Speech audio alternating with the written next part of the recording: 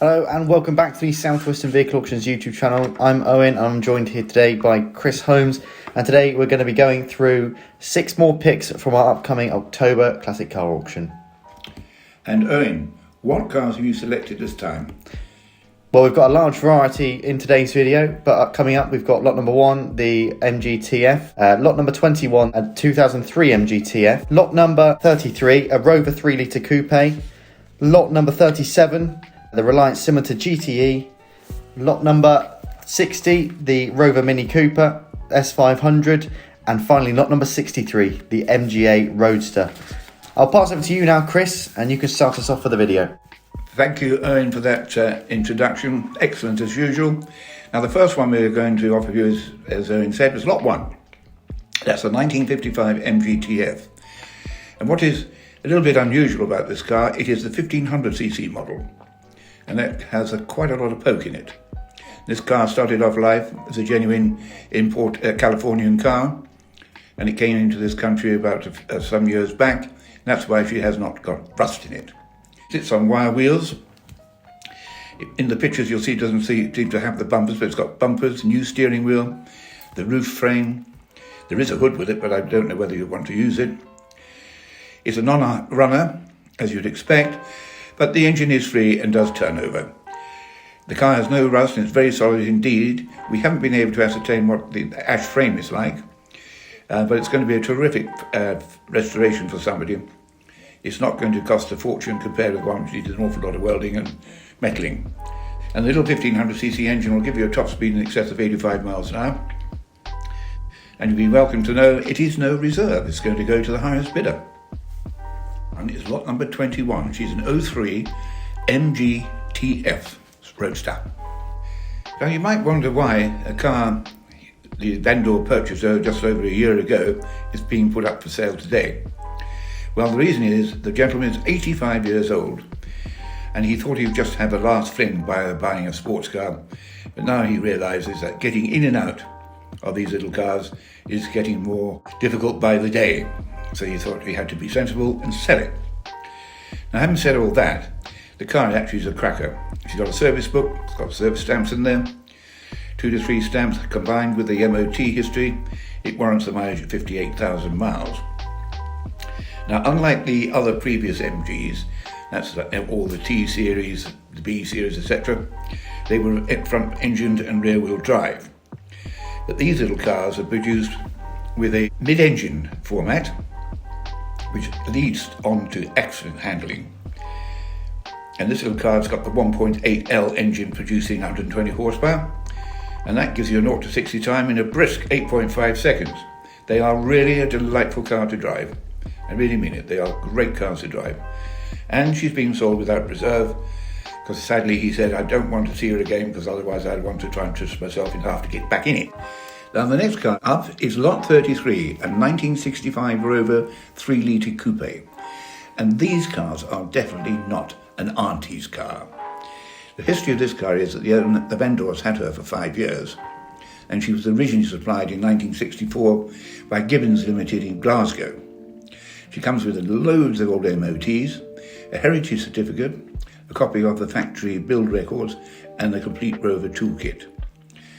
The Rover is the smallest sized engine of the 2 coupes. The first one is this car, which is a 3-litre, and the other one has the American 3.5-litre V8, which originally started life in trucks. I like the straight 6 engine because it has typical Rover, it has side exhaust and overhead inlet. And she goes well. She's a top speed of 113 miles an hour, which is only about 2 miles an hour slower than the V8 version. Now I think this car really does need to be considered. They're very realistically priced, and we've estimated it at 8,000 to 9,000. I do recommend you to come and look at that car. Lot 37 is the 1976 Reliance Scimitar, but this model is the GTE, which is quite rare. The purchaser bought this car 2 years ago and has only covered 331 miles in that time.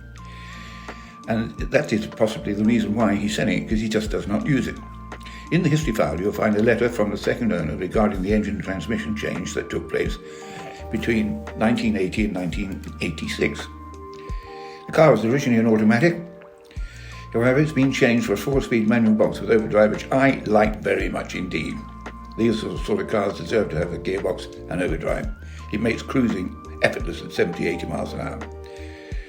And the engine was changed to the earlier Ford Essex 3-litre V6 rather than the Cologne 2.8. The V5C still states the car is automatic, however. The next owner, perhaps he would change it with a DVLA. The GTEs are the proper sports estate car. The Essex V6 gives plenty of go, with 0 to 60 in 8.5 seconds and a top speed of over 120 miles an hour. All of this plus overdrive on the 4-speed manual box. She was restored in 2014, and that is why she's in such a fantastic standard as she is today. Now, we've put an estimate in, which we think is very fair, between 8,500 and 9,500. If you want an estate car that drives like a sports car, this is the car for you. Now to lot 60, possibly the star of the show. A 2001 Rover Mini Cooper S500. Now, the lady who is the vendor of this car bought it in 2007 as her 70th birthday gift. The model Cooper Sport came about when the Rover Mini production came to an end. Then they built a further 500 Minis to the original, and it is known as this design. This was the 384th to come off the production line, making it number 115 out of 500.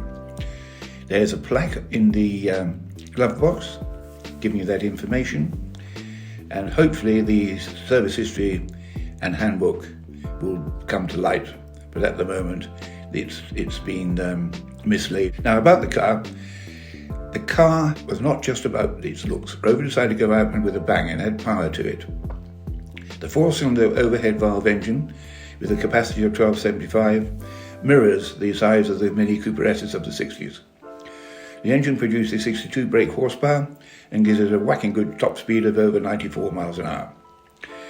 And she has rack and pinion steering with a wheel at each corner, so you don't miss out on the iconic handling of the Mini.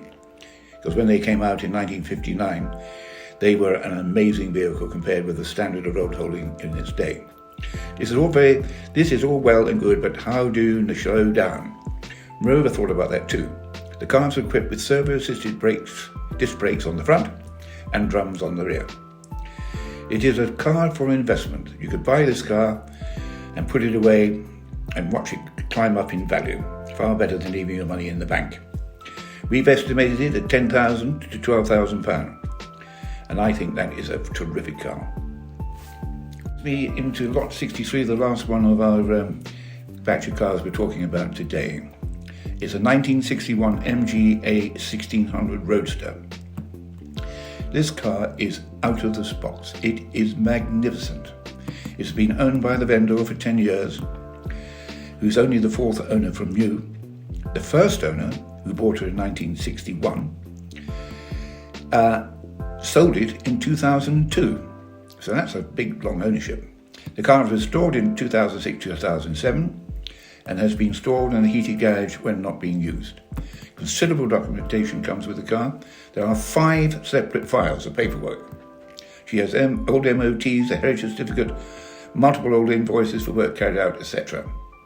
Now, to talk about this car a little bit more, she's finished in chariot red with beige leather interior, and it is beautiful, absolutely beautiful, which helps to emphasize just how good condition this vehicle is. And remember, she is 62 years old.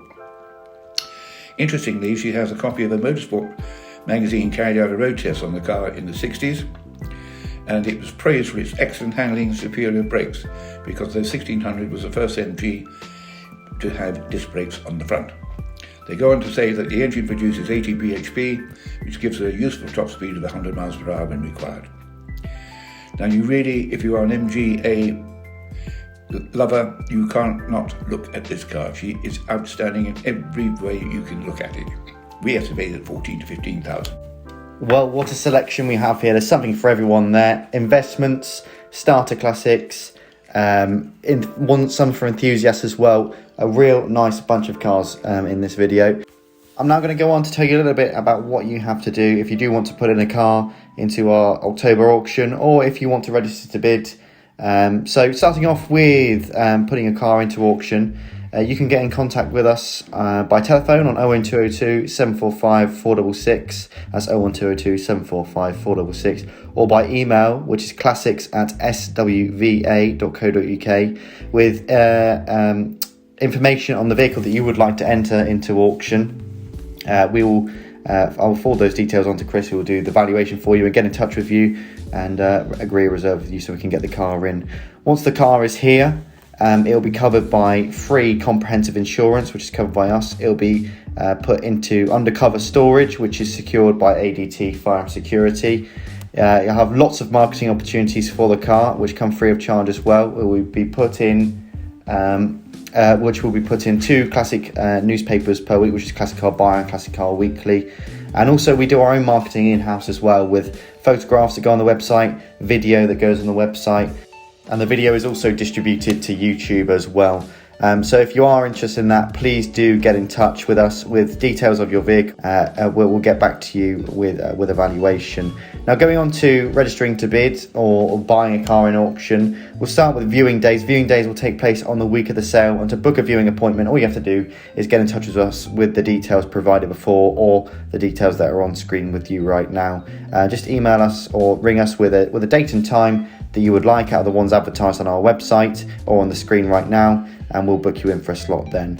If you would like to register for bid after coming to view the Classic that you're interested in, or you've just seen it online and you want to register to bid for it, you can do so from the Sunday before the sale, which is Sunday the 23rd of October, and you can do that from 9 a.m.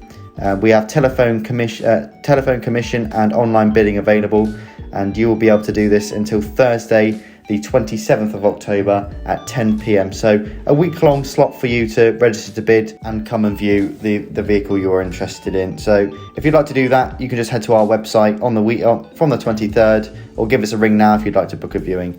Thank you very much for watching this video again. It's been a pleasure, and we'll hope to see you soon for part number 3.